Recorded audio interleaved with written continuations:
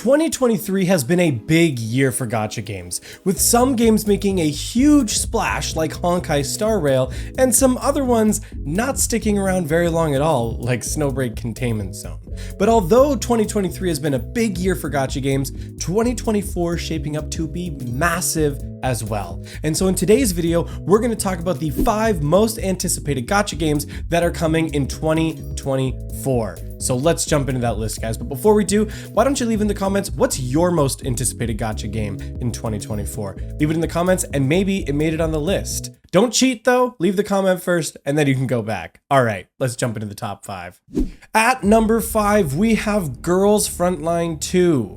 A long-awaited sequel, Girls Frontline 2 is an XCOM-style tactical shooter that's going to be coming to both PC and mobile. Now, I think this game has got some fantastic looking characters and a really neat gameplay design. In a gacha industry that is riddled with half-hearted, terrible MMO style or idle style games with the same copy and paste format, it's exciting to see something new come to the table that brings something different. Now, my one hesitation from this is that recently we've heard that this game could be releasing early on the CN side, which in today's climate of games can be a death sentence. One of the things that can really kick off a new gacha is the exploration into the unknown and the race to find the meta as the whole world is entering into uncharted territory. If the game does come early to CN, most of those questions will be answered by the time it hits global, and to be honest, could kill the game for those of us who are not on the CN side. Now, I don't want to sound like a doomer because that's not a guarantee, because we can look at other games that released early on CN and still have fairly strong communities like Punishing Grey Raven. But I personally think PGR might even have a stronger community if the CN and global side had released at the same time from the start. Either way, I'm still really excited about this, something new and exciting that's coming to the gacha space, and it's definitely a game that I'm going to be watching closely from here on out. At number 4, we have Project Akotsky.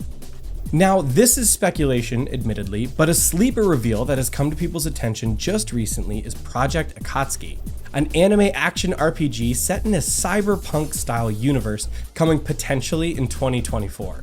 The game is part of a multimedia project with an anime from the same universe that actually launched last year called Tribe 9. The game is said to have a PGR-style 3-party action combat and has really gotten a lot of attention in the last few weeks.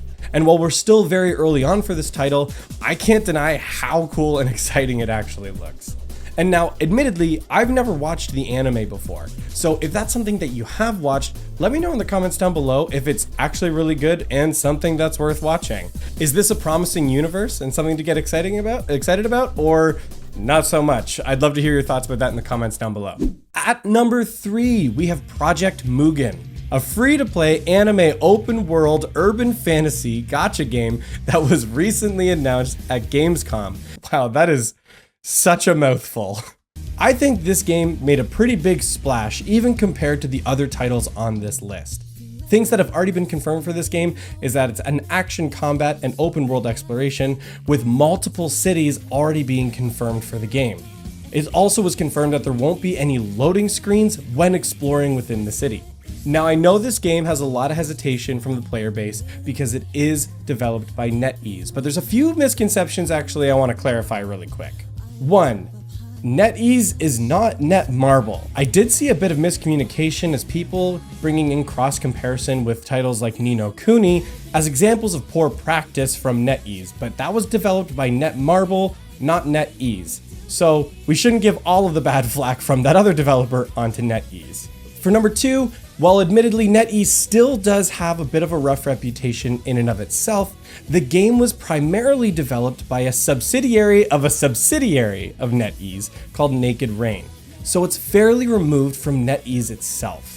I think keeping those two things in mind is still keeping me fairly optimistic for this title and is something I'm still quite excited for. While technically this is still speculation for Project Mugen being released in 2024, they did open the pre-registration on their website, which is usually an indicator that they're pretty far along in development. And who knows, depending on how things progress, it might even release before some of the other titles on this list, despite only just being announced at Gamescom. Either way, I'm still quite excited. At number 2, we've got Wuthering Waves. Now, this may come as a surprise to those of you who are fans of this channel, and I would say it was a tight race for the top 2 spots, but ultimately I settled on number 2 for Wuthering Waves. Wuthering Waves is an open world anime fantasy action combat game coming in 2024 from a very reliable developer, Kuro Games. Wuthering Waves, I think, will be the combat experience that people wanted from Genshin, sporting some top tier boss fights and an exciting looking combat. Wuthering Waves is like a spiritual successor to Punishing Gray Raven, but with open world exploration that many loyal PGR fans are eagerly waiting for. It's expected to have another closed beta in the next few months, and many of us are still very optimistic for the progress and cannot wait to jump in.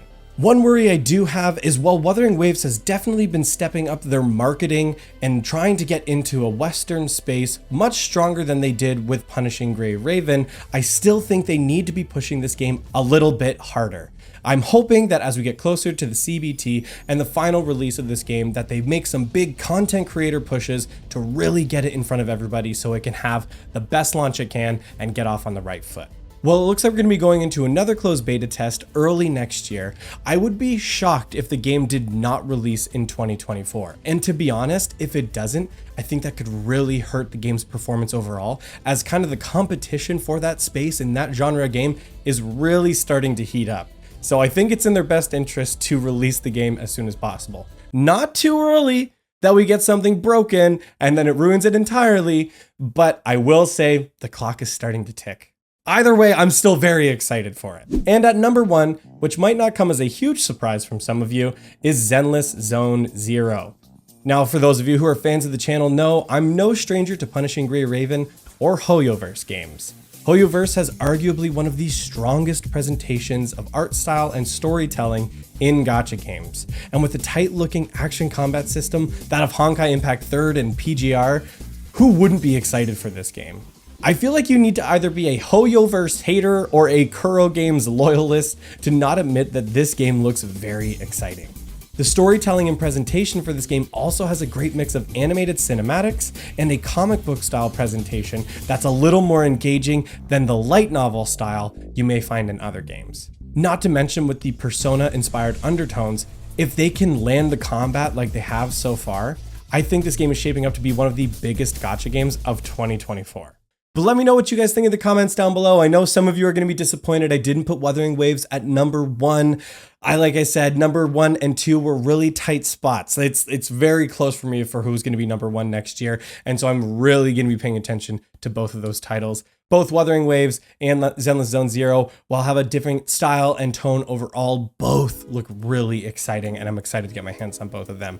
But what do you think? Do you agree with my top 5 list of the most anticipated gacha games of 2024? What would be on your top 5 list, or what is simply your number 1 game that you're looking forward to coming next year, guys? Leave that in the comments down below. I'd love to see it. If you made it this far in the video, thank you so much. I greatly appreciate you and your time in watching this video. I would really appreciate if you were to like and subscribe, guys. We do a lot of content on this channel, 3 videos a week, every Monday, Wednesday, and Friday. You can always be sure to find that. Thank you guys so much for watching, and we'll see you next time.